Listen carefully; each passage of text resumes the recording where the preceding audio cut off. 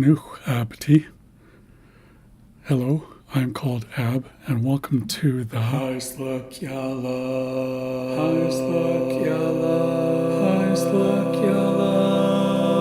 live stream. So I'm just going to do a quick check here. This is just a test to see if I can do a simulcast. Usually I live stream on YouTube. I wanted to see if I'd be able to do a live stream on Facebook and also on YouTube at the same time. So I'm checking my Facebook page. Looks like that's how it's going there. So that's good. And I'm going to check my YouTube page just to see if this new live stream has shown up on there. Yep, looks like that's going. So that's good.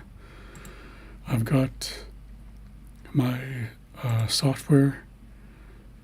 This is what I use to broadcast from. So I don't broadcast directly from YouTube or from Facebook. I've actually got a different program that I have set up. I'm just opening up the chat window just to see if anybody has made any comments or has asked any questions. So it looks like there's hasn't been any activity there. Yeah, so open chat. Okay, so I'm just trying to find a place to put this. There's some unusual things happening on my screen here, so I'm just trying to work this all out. Yeah, so that looks good. Looks like everything's happening, so that's encouraging. I've been having a lot of technical difficulties with the live streams that I've been trying to do. So live streaming is something that I've just started doing relatively recently, within the past couple of months. And yeah, so it's been a lot of things for me to figure out. And it's really just been a lot of trial and error, mostly error. I've had to do my live streams over again a few times. This past Friday, I got ready to do a live stream. I thought I'd started it, and then I realized it was not streaming anywhere. It was not streaming on YouTube. So I thought that something had gone wrong. So I quickly made some adjustments and eventually basically just got YouTube going again, and I did the whole live stream over again after I had done it the first time. Now, what actually happened was that I pressed record instead of stream. So the way that I have everything set up is I have a button that I press. I forgot that one is set to record. So what it did was it recorded the video to my laptop, to my computer. I wasn't aware that that was happening. I thought it was actually streaming. So I did actually have a video of that first attempt of my live stream from last Friday, but then I would have had to upload it and other things like that, so it would have been more work. So it was easier for me just to get the live stream actually going and do the whole thing over again, because one of the reasons I like doing live streams is that once I stop streaming, there's a recorded version of it that stays up, and it's there and it's ready to go as soon as the broadcast is over. People can start watching it if they missed the live broadcast. So it's a little bit easier for me in terms of my workflow. I don't have to spend time editing videos, and then when you edit a video, you have to actually create a new version of it. That's called transcoding. So I don't have to transcode the video. I don't have to upload it to YouTube, which usually takes a while. So doing the live streams actually saves me quite a bit of work. So that's why I've been doing that lately. I did not announce this stream. I just decided to try it out and see how it goes. So this is kind of a test run for this coming Friday. That's the regular time for the live streams, Fridays 2 p.m. So this will be on the Facebook channel, the High Slick Yellow Facebook channel. I'll usually post a link to the High Slick Yellow Learners group on Facebook, and I'm also streaming this to my personal Facebook page. So anybody that is not part of the Facebook group can view it on my page if they're a Facebook friend of mine. So there's that option too. And that would save me a little bit of time in terms of having to take the link and actually share it to my personal Facebook page, because I'm going to be sharing it to the Facebook group, the High Slick Yellow Learners Facebook group. So it just saves me a little bit of time and effort as well. And I'm a pretty busy guy, so anytime I can save myself some time and effort, that's usually the best way to go for me. So while I'm streaming here, looks like everything is good. What I'm going to do is I want to share something with you, so I'm going to change over to my Word document. So I just want to take a quick look at something that I posted last week, I think it was, or it might have been 2 weeks ago. So what I did here was I took Martin Luther King's iconic speech and I kind of rewrote it to apply to High Slick Yellow. So I call this, I have a dream to speak High Slick Yellow. And I'm not going to read the whole thing, but it basically goes over some of the difficulties that we face in terms of learning the High Slick language and also teaching it. A lot of people don't seem to put a lot of thought into how difficult it is to actually teach the High Slick language, and a lot of it has to do with the nature of High Slick Yellow, and it's very different from English.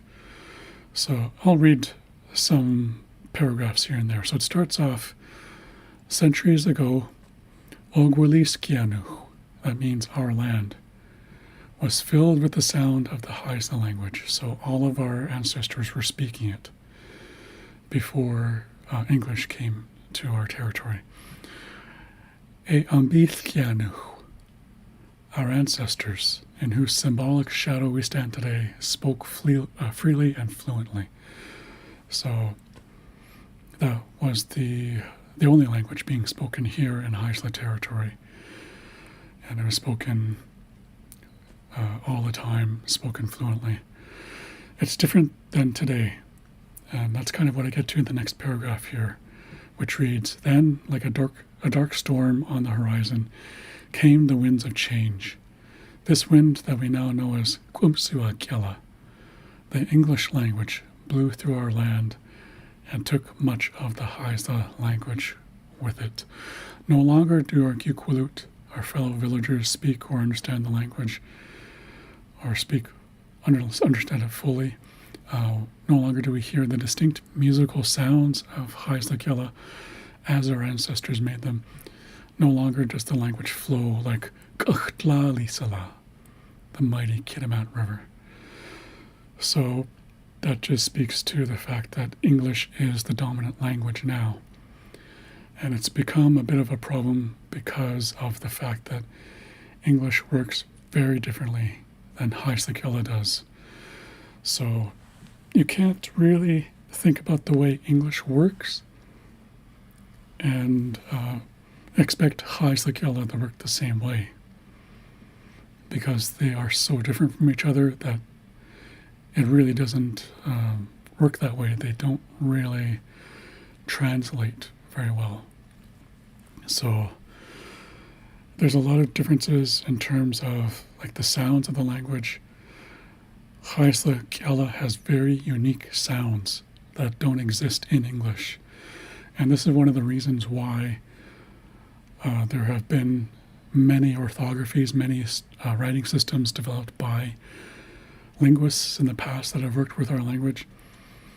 And that's the reason why the hybrid orthography exists, is because it really is the best representation of the unique High Slick sounds that we have in written form. When you think about the English alphabet, there's 26 letters. When you think about the highs of the alphabet, there's more than 50. So there's more than double. So how are you going to take the English alphabet and use those to represent all of the sounds in the Haisla language? You can't. You really can't. So that's why the hybrid orthography exists. Now, the thing that makes us lucky is that it's based mostly on English letters. What makes it different is that there's modifiers. So you have regular letters, and then you have symbols that you insert that will change those letters in some way. So you learn what those symbols mean, how they change the sounds. That's pretty much it. And now you will know the orthography and how it works. There's rules that govern the hybrid orthography. If you want to learn how to use the hybrid orthography and how it works, you learn the rules. That's pretty much all there is to it. And those symbols accurately represent the unique sounds in Haisla Kela, like it's kind of a complex sound. And in the hybrid orthography, we have one symbol that represents that one sound.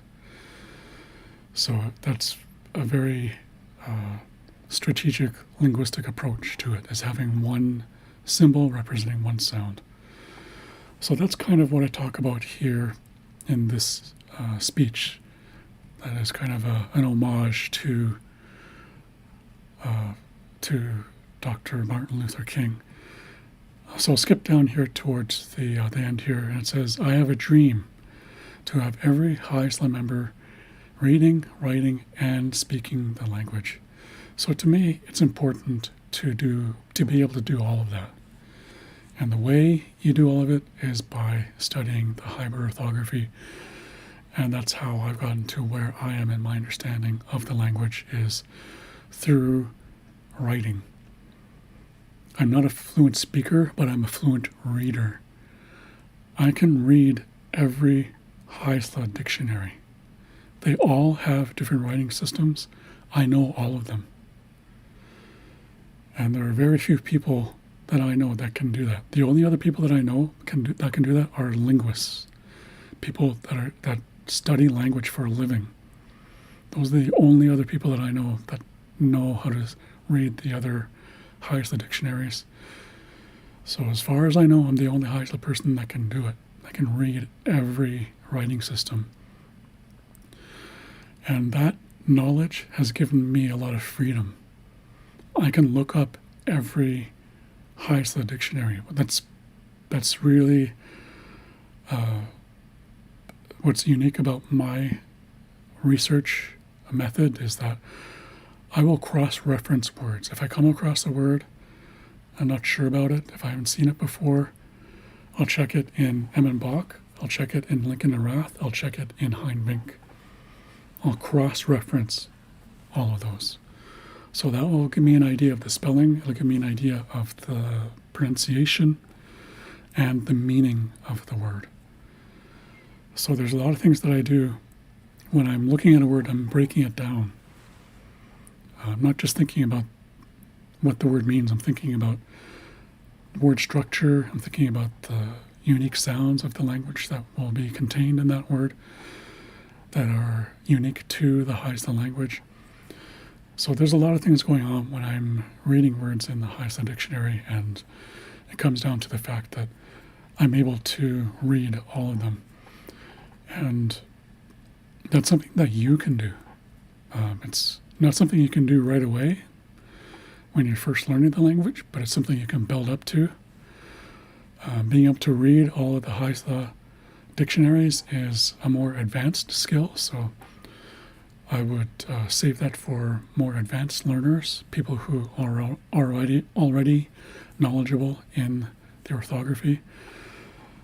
That's kind of how I see things in terms of teaching the language, is doing it in stages where we have more We have lessons in the beginning that are meant for people who are just starting to learn the language, so it's a little simpler. Then we have more intermediate lessons, so people who are starting to get to know the orthography and how it works, and teaching them a little bit more about the mechanics of the language, like word structure, sentence structure, things like that. And then in the advanced stages, I'd go more into the different orthographies, transcription. Transcribing the Haida language is the highest level of skill. So you would have to really know the orthography inside and out, and how to write it, and how to hear it, how to listen to it, in order to be able to transcribe the language with accuracy. So that's kind of my dream.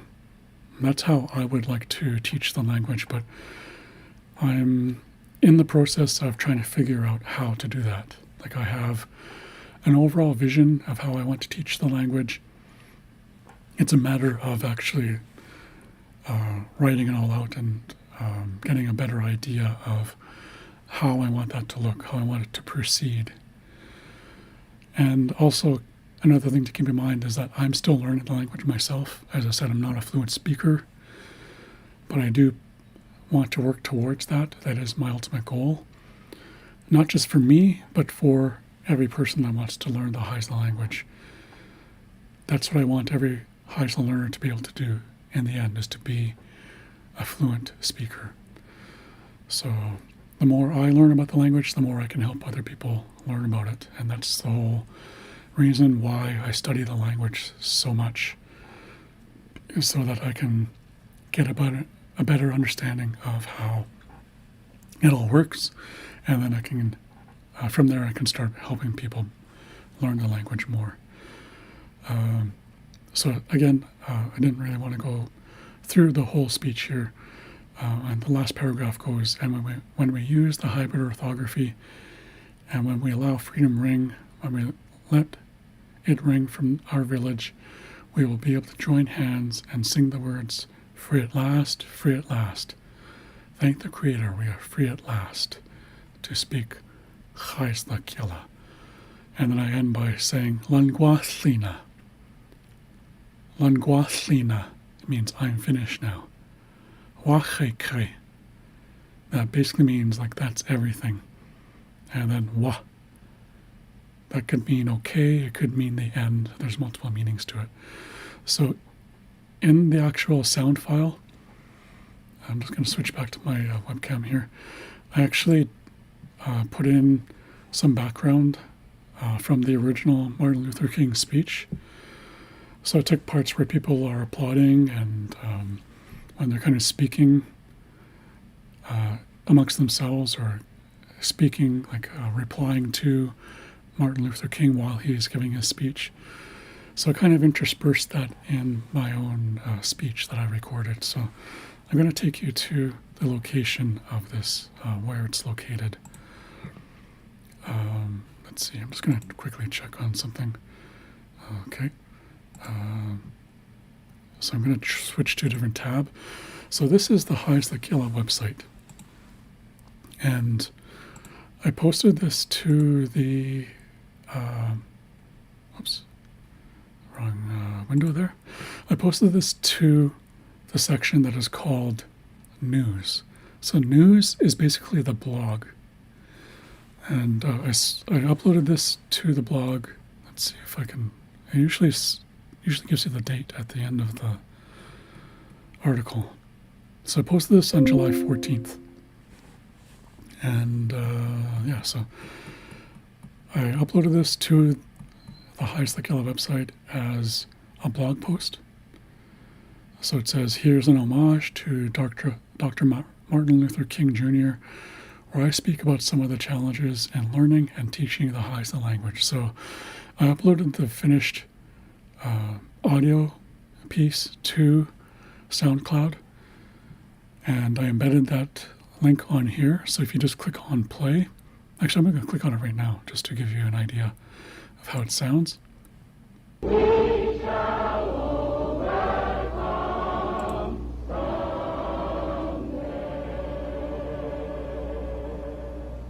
At this time, I have the honor to present to you the moral leader of our nation.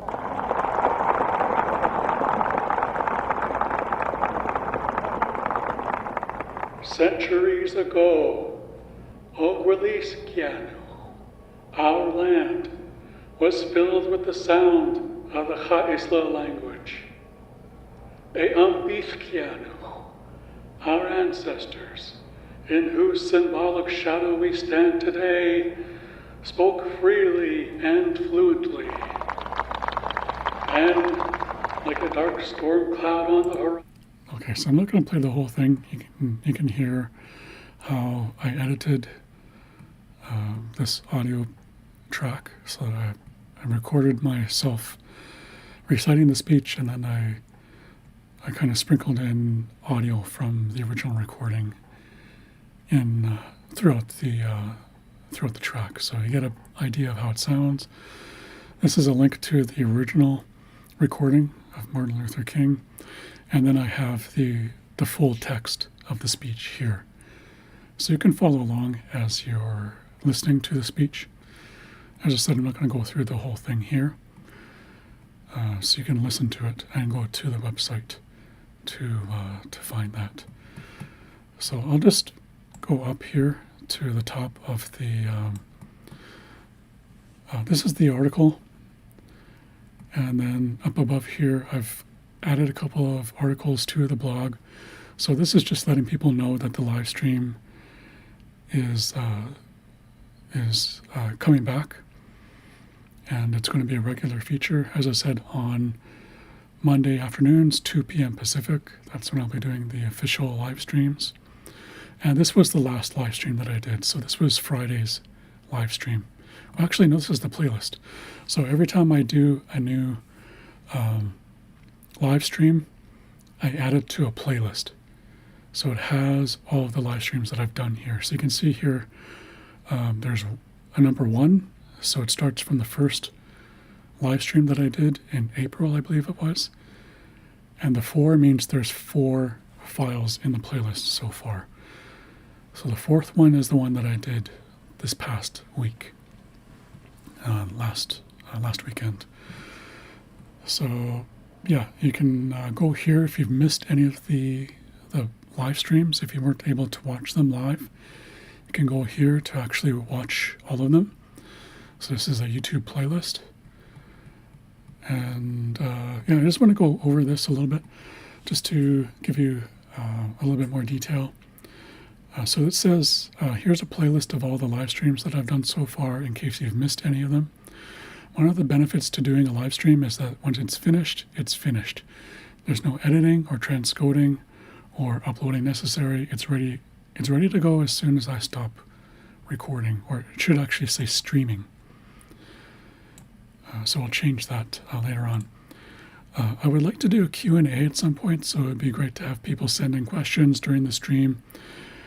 I refuse to believe that nobody has any questions about the language, so this would be a great opportunity to do that. So I know you have questions. People have not been sharing them.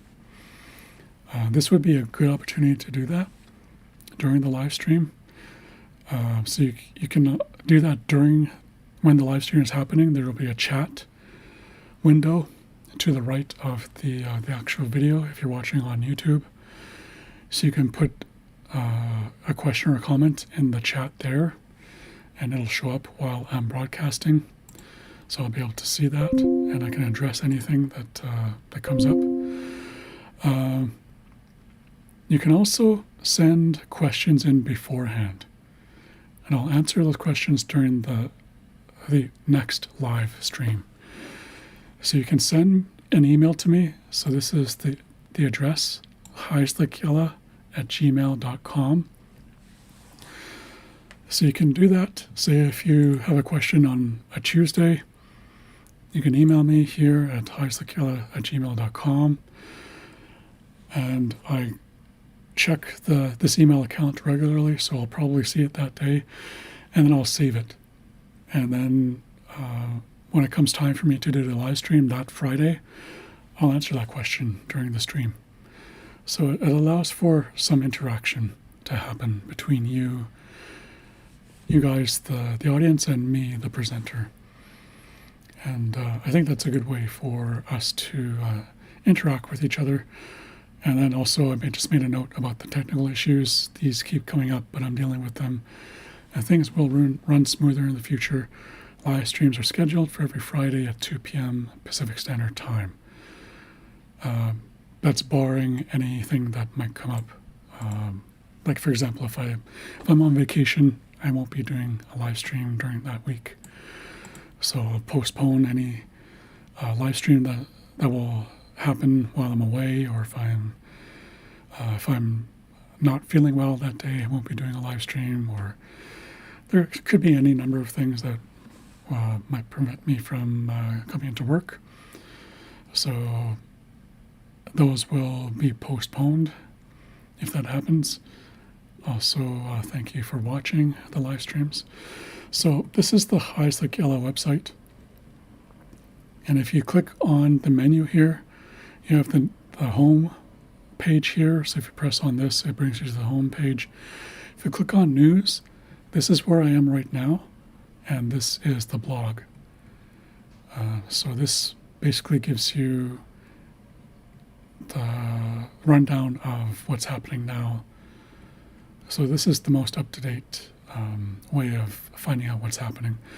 So here's another post that I posted last month about watching soccer. There was a tournament in the village, so I have an article here that I wrote about that. So going back to my webcam here, so I'm not seeing any messages here. So if you're watching live, thank you for watching as I navigate my way through all of this. As I said, I'm learning all of this as I'm going along. This was really just a test to see if I can get two streams going at the same time, and to see if I have all of the technical issues that I've been experiencing ironed out. So it looks like things are going smoothly now. So that's a kind of a relief to me. Looks like everything's ready to go for this coming Friday. And I'm going to bring this live stream to an end. So that's it for today's. I was hoping an audio file would play, but it's not happening, so that's okay. That was the Highest Like Yellow theme song that I have automated now, but doesn't seem to want to play right now, so that's fine. Until next time, remember, learning is its own reward. Exquiguelas. Wah.